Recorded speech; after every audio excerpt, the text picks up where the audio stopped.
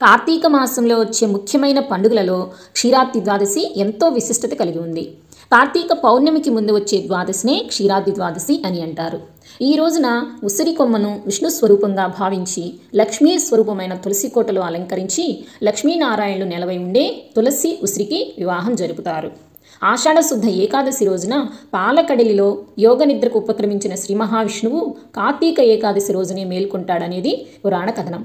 అలా యోగ నిద్ర నుంచి మేల్కొన్న శ్రీహరి ద్వాదశి రోజు లక్ష్మీదేవిని పరిణయమాడారు. ఇంతటి విశిష్టత కలిగినటువంటి క్షీరాబ్ది ద్వాదశి 2025 సంవత్సరంలో స్వస్తి శ్రీ చాంద్రమాన శ్రీ విశ్వావసునామ సంవత్సరం దక్షిణాయనం శరదృతువు కార్తీక మాసం శుక్లపక్షం ద్వాదశి తిథి ప్రారంభం నవంబర్ 1వ తేదీ శనివారం అర్ధరాత్రి 2:51 ప్రారంభమై నవంబర్ 2వ తేదీ ఆదివారం అర్ధరాత్రి 1:21 వరకు ద్వాదశి తిథి అయితే ఉంటుందండి. సూర్యోదయానికి మనకి ద్వాదశి తిథి నవంబర్ 2వ తేదీ ఆదివారం రోజున కనుక ఆ రోజునే క్షీరాబ్ది ద్వాదశిగా మనము జరుపుకోవాలి. ఈ రోజు నక్షత్రం పూర్వభాద్ర పగలు 1:56 వరకు ఉంటుంది.